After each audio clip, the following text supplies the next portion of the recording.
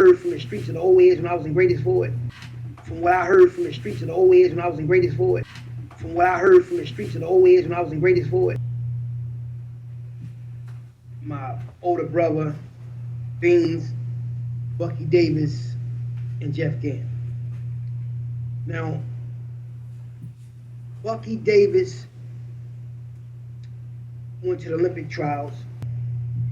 Now, my brother Beans, he was very excellent with his hands, but he also was in the streets real heavy. And he was sparring with Meldrick Taylor, a young Meldrick Taylor, a fast Meldrick Taylor, the same Meldrick Taylor that went to the Olympics and won and fought Chavez, I think. I think it was Chavez. Anyway, before Meldrick Taylor went to the Olympics, he wasn't supposed to go to the Olympics. My brother Beans was. He wasn't supposed to go to the Olympics. My brother Beans was. He wasn't supposed to go to the Olympics. My brother Beans was. Beans had sparred him in Happy Hollow Gym and beat Meldrick Taylor up and down the ring, beat him bad. So that qualified my brother Beans to go into the Olympic rounds. So that's what they wanted the best fighters out of Philly. But Beans had caught the case in 1985 when over Holmesburg. So by him blowing his chance of going forward into the Olympics, Meldrick Taylor took his spot, and the rest is history. Good afternoon, America and the rest of the world. Xander J. Hobson here, stand-up comedian and entertainer, director and producer of boxing documentaries, an internet troll to those who need internet trolling. This here is another episode of The Devil's Advocate, brought to you by the Brilliant Artist Movement. Hey, I'm trying to grow this platform, so please subscribe, like this video, share it, and by all means leave a comment in the comments section, because I enjoy exchanging opinions and points of views with you all, as well as checking out the feedback from these videos that I make. Now, I cannot stress enough, I need you to like, share, and subscribe. I'm trying to grow this channel, and it appears that I may have a shadow ban on my channel. I gotta get my content out into the algorithm. This is a positive message that I'm spreading. I need to get it out to you. However, YouTube is not too fond of black people coming on their airwaves and conducting themselves like they have some sense. They like dysfunction. So, speaking of YouTube and the airwaves, shout out to my brother, Philly Trenches, man. That's my guy. I think I've been probably knowing Philly Trenches by way of the comment section for maybe about a week or two. I started following his channel a little ways back, and he started following mine, and we've been supporting one another. And I hope that we can still be supportive of one another after this video, because I've been enjoying Philly Trenches videos until I seen his video talking about boxing. And in his videos talking about boxing, he had a lot of inaccuracies in there. And as a boxing historian, it galled my orderly mind to know that my brother Philly Trenches was quoting some inaccuracies and, in my opinion, some outright lies. Let's call it what it is, lies. Now, first and foremost, the one thing that Philly Trenches said in his broadcast when he was talking about my friend Leroy Bucky Davis. Now, Bucky Davis went to the Olympic trials. Wrong. Bucky Davis did not go to the Olympic trials. He didn't go to the 1984 Olympic trials, and he didn't go to the 1988 Olympic trials. And the reason why I know that Bucky Davis didn't go to the 1984 Olympic trials is because he fought in the 1984 ABF championships with me. So there was no 1984 Olympic trials. And he didn't go to the 1988 Olympic trials because we all know in 1988, Bucky Leroy Davis was 10 toes down out in the streets making his bones. So that clears up the first inaccuracy. Now, The topic I want to address that's really bothering me, I heard Philly Trenches talking about his brother Beans beating Meldrick Taylor up at the Happy Hollow Gym, and this Beans fellow qualifying for the Olympic team. However, the only thing that disqualified Beans from qualifying for the 1985 Olympic team was the fact that Beans was arrested, and because Beans was arrested, Meldrick Taylor was able to go to the 1985 Olympics. He wasn't supposed to go to the Olympics. My brother Beans was. Okay, now first and foremost, 1985 wasn't an Olympic year, okay? The Olympics comes every 4 years on an even year. 1980, 1984, 1988. You get the drift. It's not a 1985 Olympics. It wasn't even a 1985 Pan American Games, if you want to be specific, because the Pan Am Games usually comes on an odd year, right before the Olympics. 1983 Pan Am Games, 1987. You get the drift. You get the gist of it. So I'm listening to Beans, or I'm listening to my main man, Philly Trenches, talking about Beans. I believe that the Beans that he was talking about was his brother. Now, I'm not saying that this guy Beans wasn't good at throwing fists. I don't doubt that he was. There is no shortage of good fighters anywhere in the world. You got guys right here. You got guys out here right now who are just as good as any boxing champion or any MMA champion. But often enough, these guys don't compete because they're either not interested in competing or they lack the discipline to compete. But one of the things I know about guys in the boxing circuit, you got a lot of guys who tell lies, okay? You take my buddy Vito. Vito was a really good fighter, and Philly Trenches probably knows Vito when I put his picture up here. But Vito was a lying ass guy. If you ask Vito how many fights he had, he'd tell you he had 100. And you say, well, how many did you win? He'd say, I won all 100 of them. But Vito was a liar. But it wasn't that Vito couldn't fight. He could fight. But Vito wasn't a fighter. He was a bullshitter. And when I hear stories about a guy named Beans who beat Meldrick Taylor in the 1985 Olympic box off, it has the smell of a charlatan, a liar, you know. Because see, one of the things that Philly Trenches said, From what I heard from the streets of the old age when I was in greatest forward, which tells me, first and foremost, that Philly Trenches didn't see any of the stuff that he's talking about. He heard about it. And when you hear about something, one of the first things you're going to do if you're documenting something is you're going to say alleged, or I got this information secondhand. You can't state it as if you are an absolute authority because it is hearsay. And if you state hearsay like you actually seen it yourself and the facts are not accurate, it affects your credibility. And again, I don't think Philly Trenches seen any of this stuff. I think Philly Trenches was standing around listening to his older brother tell a war story about boxing Meldrick Taylor, and Philly Trenches just went on to start passing this stuff off as gospel. See, one of the things I know about a lie starts out small, and the next thing you know, that goddamn lie is 100 yards long. Because with each year or each telling of the story, the exaggeration becomes more and more blown out of proportion. Who knows? Again, I'm not saying that Beans didn't box Meldrick Taylor. Maybe he did, maybe he didn't. I doubt if he did. But it might have been a situation where Beans was up at the gym training and him and Meldrick Taylor was in the same ring at the same time, shadow boxing. And the next thing you know, Beans gets it in his head. He want to tell people that he boxed Meldrick Taylor. And not only did he box Meldrick Taylor, that he beat Meldrick Taylor up.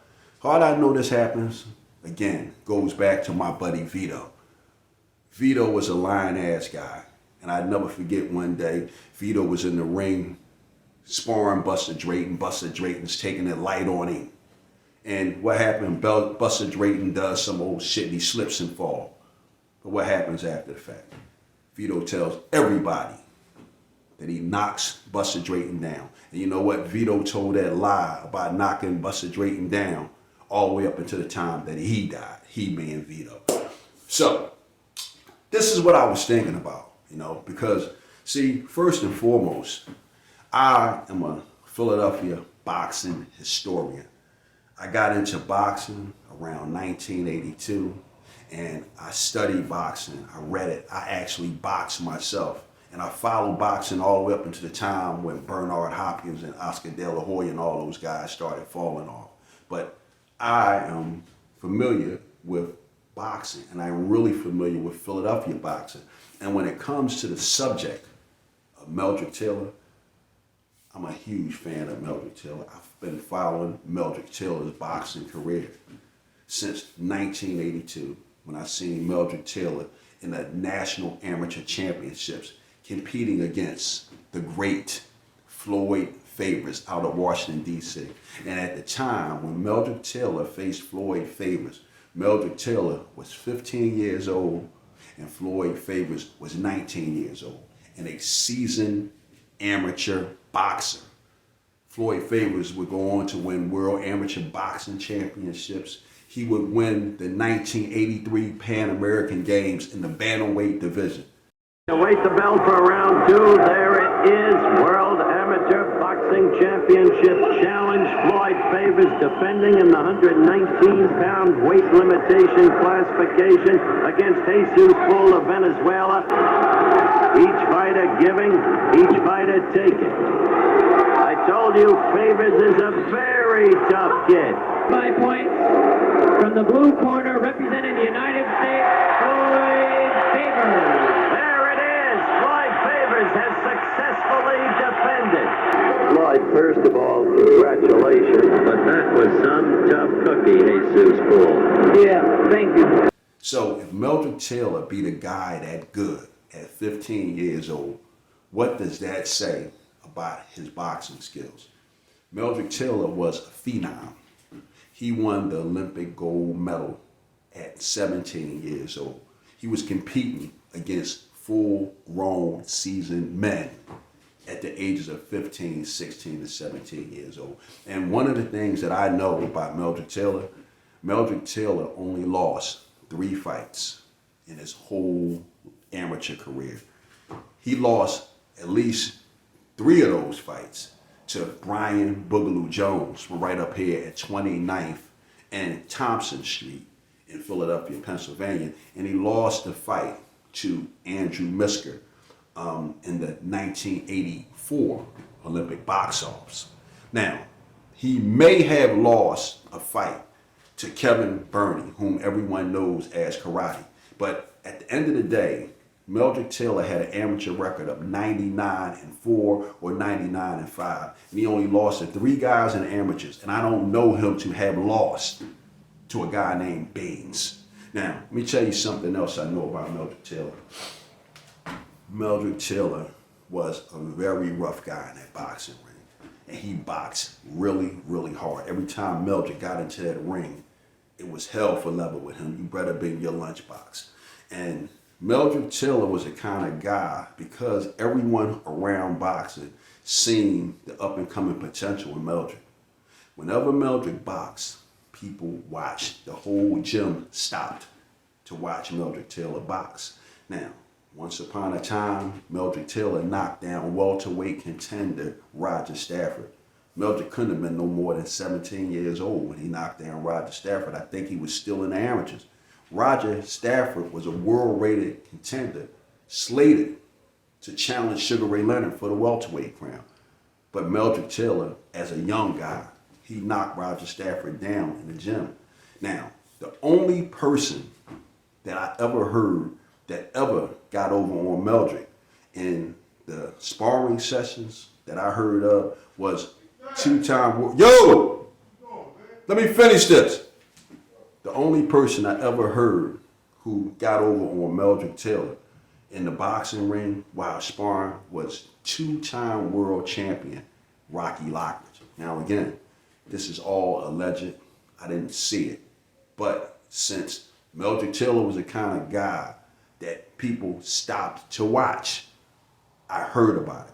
And what I heard was Meldrick Taylor was in the ring sparring against Rocky Lockridge, and Meldrick got a little carried away against Rock, and Rock decked him to say, yo man, slow it down. Slow it down. And another FYI, Meldrick Taylor was so good that only 2 people beat the Cuban, Adolfo Horta, in maybe like a 6 or 8 year period. That one person to beat Horta was Rocky Lockridge, and the second person to beat him was Meldrick Taylor. Rocky Lockridge beat him in 1978, and Meldrick Taylor beat him in 1984. So Meldrick Taylor was a great fighter. And again, I'm not saying that this Baines guy couldn't fight out in the street. He wasn't a good brawler, but I highly doubt it.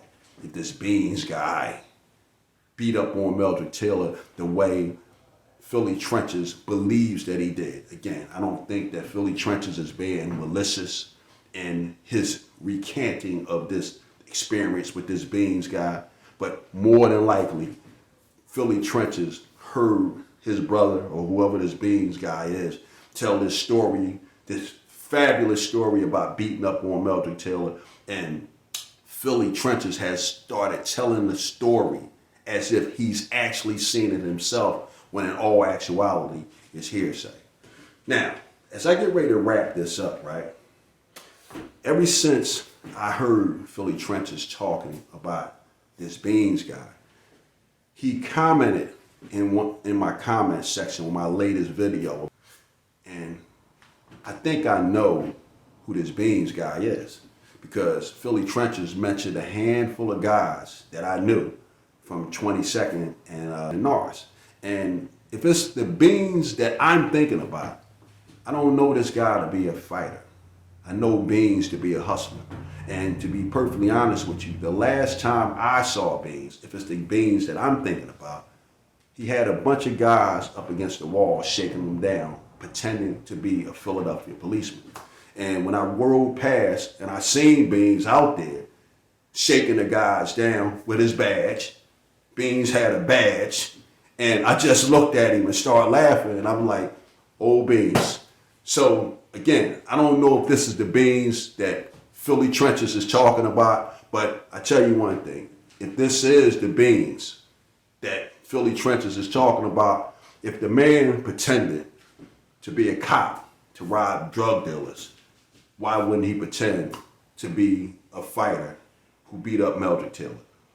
So this is what I was thinking about, man.